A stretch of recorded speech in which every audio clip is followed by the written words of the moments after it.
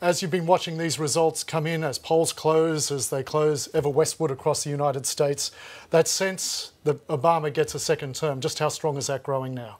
Oh, it's completely overwhelming now. I even just saw Sarah Palin, who's a true believer to the end, just saying she's really puzzled by how the majority of Americans could make this decision now. I mean, I'm not seeing anyone who's calling it in the other direction now, not a single tweet. Is anyone? I don't know if anyone else is, but I think they've pretty much given up at this point. Brendan O'Connor, that it is this decisive, comparatively still early, when we were told to expect a long haul here. How surprised are you by that? I think the Electoral College is going to be very difficult for Romney to overcome, what he needs. So the 270 Electoral College votes looks very likely for Obama. The popular vote may be a little bit closer, but that's not where elections are won in the United States. So I think if you look at the map, if you look at Florida, it looks like Obama has a good chance there. Ohio, very good chance. Without those two states, Romney can't be the next president. So I think I'd be depressed if I was at Romney headquarters in Boston. And Michael Gleeson, as it rolls ever westward, heading towards the Democrats' powerhouse of California. No question about that. In fact, the Huffington Post have just updated their electoral college. They're now giving Obama 240 certainties. He's got to get 30 more to become to stay president of the United States. He's ahead in Ohio. He's ahead in Florida. He's ahead in Colorado. He wins convincingly if he takes those three states. He wins if he takes one of them. Well, let's head back to Obama Central, back to Chicago, the hometown of the Obamas. And there at Democrats' headquarters, we're joined on the phone by our North America correspondent, Craig McMurtry.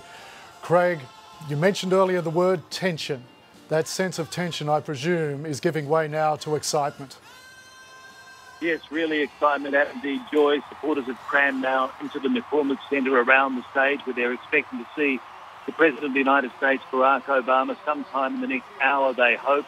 We've had word that the President has moved from his residence here in Chicago. He's expected to stop by campaign advisors with his senior team, spend some time with them before he comes here. As the result seems to be becoming increasingly clear, it was tense earlier, but now people are starting to relax and enjoy themselves. The music's pumping up, and there's also, I think, a sense of relief because it has been such a bruising contest. And there was genuine concern, particularly after that first debate performance, that maybe the wheels were coming off, and it was fought out hard right to the end.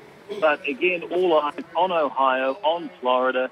The Obama strategy was to hang on to the Midwest, hang on to Ohio, make it as difficult as possible for Mitt Romney. And really, as everyone has been saying, without Florida, it becomes a near impossible mission for the Republican challenger. And Craig, they have been reiterating, the Obama camp have been reiterating time and again, day after day, week after week, get out and vote. Please don't be disinterested or presume anything here, get out and vote. At this early juncture, in that room, is the feeling that folks have responded, the electorate has responded, that they have got out and voted? Yes. There were real concerns earlier because of the massive lines being reported, again, in these battleground states, and senior Democrats, even the president, in a round of interviews on radio and television with stations in these crucial states, they were all appealing for registered Democrats to get out, to stay in these lines, even if it was going to take hours, even if they couldn't be certain of getting into these polling places before they closed. And they were urging volunteers to come forward to potentially monitor to make sure that these registered Democrats, if they showed up, would be able to get in and vote. Because if they were in the lines, they had to have the opportunity of voting. It has been a massive effort, and the Obama camp has insisted all along, and it's a modern political cliche, but they have been insistent all along that their ground game in Ohio in particular was superior, and so far results seem to indicate that indeed maybe it was. Craig McMurtry, our North America correspondent there, right in the thick of it in Obama territory in Chicago. Thanks very much for that update. Look forward to crossing back to you a little later in the afternoon or the early hours of the morning there. OK, let's get an update now from our election analyst, Anthony Green. Anthony. Well, Scott, we're about to give away a few more states. Current numbers are 227 to 178. Let's give our prediction. Another 4 states. It's now 239 to 206. North Carolina, we just gave to the Republicans. That's the first gain at this election. It's the first state won by Obama in 2008 that the Republicans have claimed. We're giving Missouri, Harry Truman's old state. That's been given away to the Republicans. Montana, which the exit polls weren't clear on, we've given to the Republicans. And Washington up in the far north there, that's on exit polls been given to the Democrats. So that gets it up to 239 to 206. So we reckon New Mexico and Oregon will be the next two states to be called. That's another 12 votes for the Democrats. Apart from that, Nevada, Colorado, Iowa, Ohio, Virginia and Florida, they're the ones we've been talking about for the last 3, 4, 5 months, it seems. But the colours are filling in. But while the Republicans and Romney have won North Carolina, they still need to carry Florida and Virginia and Ohio, and getting another couple of votes out of Iowa, Colorado and Nevada is looking very tough. Anthony, thank you. As that map of yours there fills in. Let's go to Washington now and join News 24's Kim Landis. Kim? Thank you very much, Scott. Well, a short time ago, we heard from our correspondent Craig McMurtry in Chicago that the mood was getting increasingly jubilant there at the Obama event. Let me bring in now our correspondent in Boston, Massachusetts, Lisa Miller, who's been following the Romney campaign. Lisa, are people there starting to sound and look a little bit dejected? Kim, I think the most telling thing is that people are starting to leave, and that probably says more than anything. And as they're leaving, there have been a couple of busloads of people going past here. There have been protesters who turned up, protesters representing Hispanic groups holding signs saying keep families together, and there were words exchanged, lots of shouting. People on the bus said, "You need Romney, you need Romney," as the buses were waiting at the red lights. That lasted a few minutes, but I think it probably gives you an indication that if people to leave the area, then it's even more subdued inside than what we've been reporting. There were a few moments where the mood lifted when the thought was that the vote in Florida had improved and there was some cheers, but it dropped markedly again. They were watching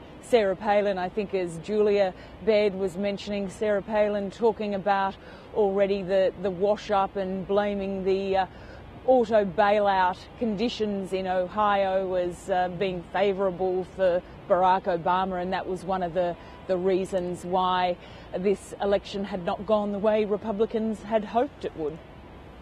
Well, Lisa, when you say that people are starting to leave Mitt Romney's event there in Boston, I remember 2008 and I was at John McCain's event in Arizona, and the exact same thing happened before the race was actually officially called. Some of his supporters started to slip out the door, and in the hours that followed, there weren't that many people left. That's extraordinary to hear.